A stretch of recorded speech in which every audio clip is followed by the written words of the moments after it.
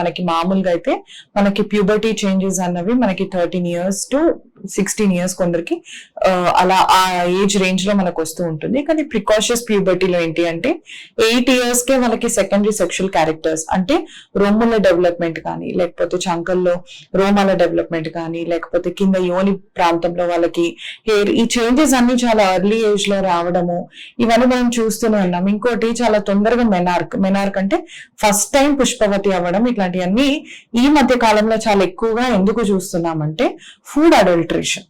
ఇదేంటి అంటే మనకి గేదెలకి పాలు ఇచ్చేటప్పుడు వాళ్ళకి ఈస్ట్రోజన్, ఆక్సిటోసిన్ ఇంజెక్షన్స్ చాలా ఎక్కువగా ఇవ్వడము, అవన్నీ పాలలో ఆ హార్మోన్ లెవెల్స్ ఎక్కువ అవ్వడం, అవే పాలు మనము ప్రతి ఇంట కన్జ్యూమ్ చేసుకోవడము, ఆ ఈస్ట్రోజన్ యొక్క ప్రభావము పిల్లల మీద ఒంటి మీద పడడము, తొందరగా వాళ్ళకి సెకండరీ సెక్షువల్ క్యారెక్టర్స్ రావడము, అంతేకాకుండా డైరీ ప్రోడక్ట్స్ చాలా ఎక్కువగా కన్జ్యూమ్ చేసుకోవడం.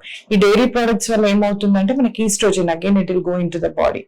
అంతేకాకుండా ఎక్కువ ఫ్యాట్ జనరేట్ అవ్వడం, చీజ్, బటర్, మెయినీస్, ఇవన్నీ ఇంకా మనకి ఈ ఫుడ్స్ లైక్ KFC కానీ, మెక్డీ కానీ, పిజ్జా కానీ, బర్గర్ కానీ, అందులో ఎందులో అయినా కూడా చీజ్ ఎక్కువ ఉండడము, దానివల్ల ఏమవుతుందంటే ఫ్యాట్ అన్నది బాడీలో ఎక్కువ అవుతుంది.